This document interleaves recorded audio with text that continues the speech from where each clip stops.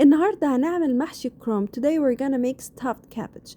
أول حاجة هنسلق الكرنب في مية مغلية ونحط عليه يا جماعة كمون وسكر. سكر معلقة سكر وشوية كمون. First boil the cabbage leaves in boiling water.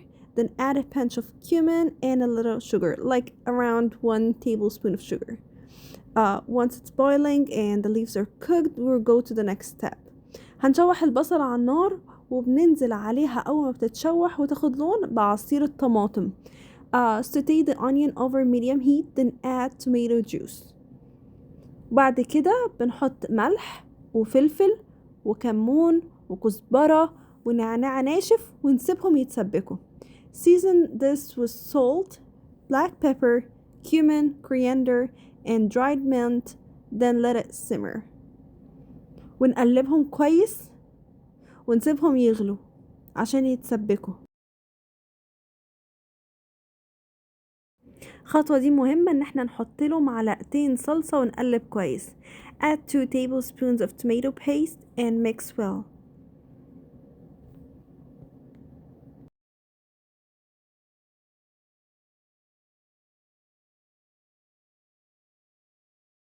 دلوقتي بقى هنحط كوبايتين رز وعليهم حزمة من كل حاجة، كزبرة وشبت وبقدونس.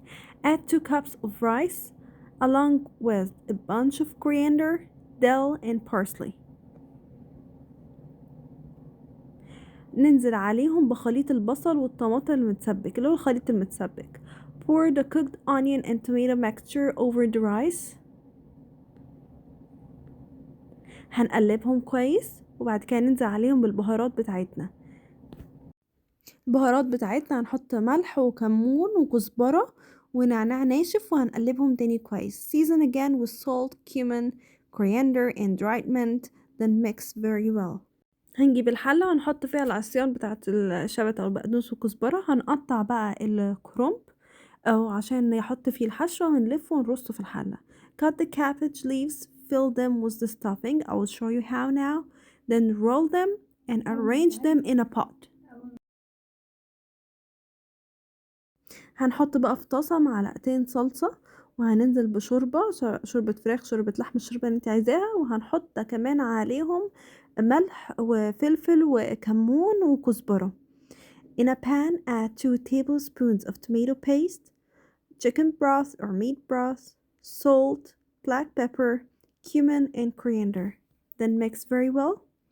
نسيبهم كمان يغلوا على النار. And let the mixture come to a boil.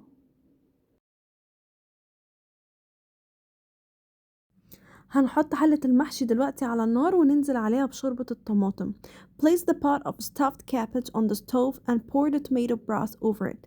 لازم كمان الشوربة تغطي المحشي، دي نقطة مهمة. Make sure that the broth fully covers the cabbage rolls. نغطي المحشي كمان بطبق صيني ونغطي الحلة. Cover the stuffed cabbage with a flat plate, then cover the pot. وأول ما تغطي نوطي النار ونسيبه يستوي. Once it starts boiling, lower the heat and let it cook. ولما بقى يستوي هنحط معلقة سمنة بلدي كده على الوش. وده بقى شكل المحشي. كلي وادعيلي. وعملت جنبيه ملوخية وفراخ محمرة وهنزل لكم الطريقة كمان في الفيديو اللي بعده. وما تنسوش تشتركوا في القناة. Don't forget to subscribe to my channel.